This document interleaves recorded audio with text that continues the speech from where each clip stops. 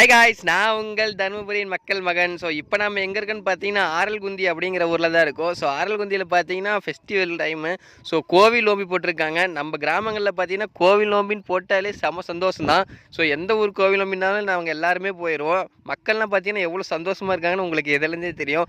So லைட்டெலாம் பார்த்தீங்கன்னா பட்டை கிளப்போம். எங்கள் ஊர் கோவில் கிராம கோயிலெலாம் பார்த்தீங்கன்னா பண்டிகைனாலே ஃபஸ்ட்டு லைட்டு தான். ஸோ லைட்லாம் பார்த்தீங்கன்னா அங்கங்கே கலர் கலராக போட்டு சும்மா தெருக்கி விட்டுருவாங்க. செம்மையாக இருக்கும், பார்க்கவே அழகாக இருக்கும்.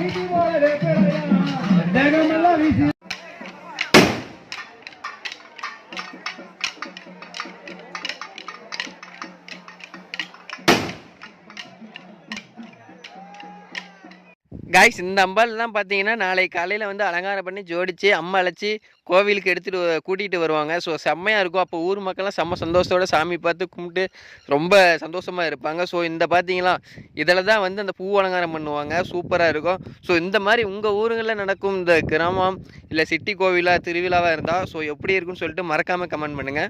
காய்ஸ், அதே மாதிரி பார்த்தீங்கன்னா கடைசியாக வான வேடிக்கை விட்டுருந்தாங்க. வான வேடிக்கை பார்க்கவே அவ்வளோ அழகாக இருந்தது. வானமெல்லாம் அப்படியே கலர் கலராக இருந்துச்சு.